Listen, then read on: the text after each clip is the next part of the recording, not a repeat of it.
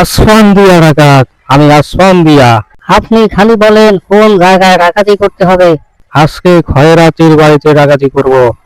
অনেক টাকা পয়সা খয়রাতির ঘরে বস্তায় ভরে রেখেছে। ওস্তাদ, একটা কথা বলি, আমরা এত বড় ডাকাত, সামান্য একটা খয়রাতির বাড়িতে ডাকাতি করব, আমাদের মান সম্মান আছে না? আমি ডাকাত আসফান দিয়া।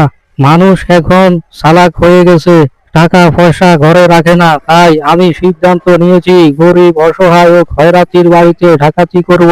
ওস্তাদের মাথা পাগল হয়ে গেছে, খয়রাতের বাড়িতে ডাকাতি করবে? ওস্তাদের গোষ্ঠী মারবো আজকে যদি টাকা পয়সা না পাই। ওস্তাদ, তাহলে চলেন আমরা যাই, ডাকাতি করতে যাই।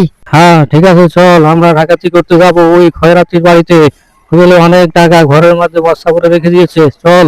শুনলাম ডাকাত দলের সদস্যরা নাকি আমাদের এলাকায় ঘোরাফেরা করে, এদেরকে ধরার ব্যবস্থা করতে হবে। রাতের বেলায় আমরা প্রস্তুত থাকবো এদেরকে ধরার জন্য।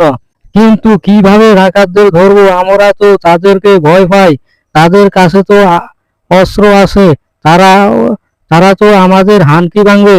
ডাকাতরা যখন এলাকায় ঢুকবে, আমরা এলাকার মসজিদে মাইকে ঘোষণা করে দেব, এলাকাবাসী ডাকাত ঢুকেছে এলাকার ভিতরে, আপনারা সতর্কতা অবলম্বন করুন। এলাকার সবাই মিলে ডাকাতদেরকে ধরে ফেলবো।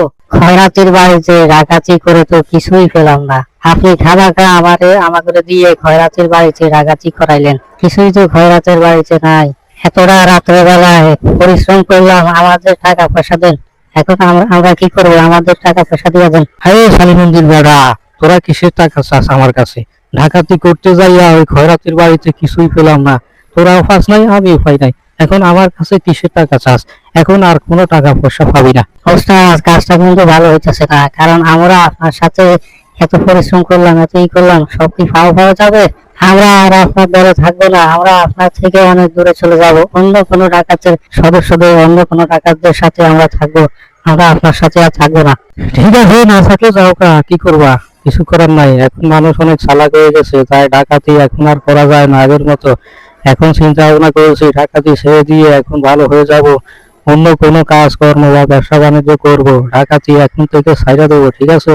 তোমরাও ডাকাতি ছাইড়া দাও, ডাকাতি ছাইড়া দিয়ে ভালো হয়ে যাও, আমিও ভালো হয়ে যাব। তোমার কথাই ঠিক আছে, আজ থেকে ডাকাতি বন্ধ, আর কখনো ডাকাতি করব না, কারণ ডাকাতি করতে যাইয়া মানুষের হাতে অনেক মার খাওয়া লাগে, হ্যাঁ, অনেক সময় জীবনও দেওয়া লাগে, তাই ডাকাতি ছেড়ে দিয়ে এখন থেকে ভালো হয়ে যাব। ওস্তাদ, তুমি যেহেতু ভালো হয়ে গেছো, আমরাও ভালো হয়ে যাব।